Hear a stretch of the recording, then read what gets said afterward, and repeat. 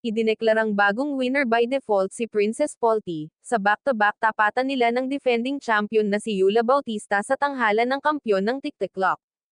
Inanunsyo ito ng punong inampalan na si Renz Merano sa live episode ng Kapuso program noong umaga ng ika-11 ng Marso taong 2026.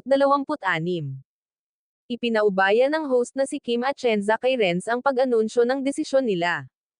Ayon kay Renz, Kuya Kim, unang-una, nakahinga na kami ng maluwag dahil okay naman si Yula at walang seryosong nangyari sa kanya. Sa rules po ng ating competition, dahil nakapag-perform naman ang challenger na si Princess Polty, at dahil hindi nakapag-perform ang champion na si Yula Bautista, automatically po, si Princess ang idinideklara naming panalo.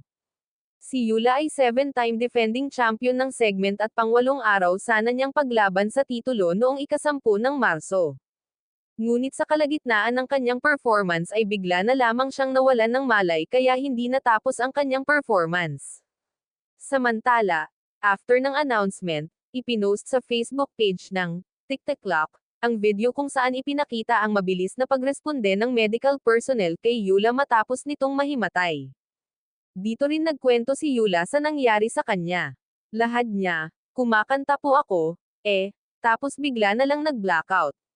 Ang sabi po noong medic, yung case na nangyari sa akin is lack of oxygen. And, number one cause is yung corset po ng gown na suot ko. Mensahe pa ni Yula sa viewers ng show, hello po sa mga nanonood po, mga kapuso. Okay lang po ako. Kaya huwag po kayong mag-alala at patuloy naman po ang laban po natin.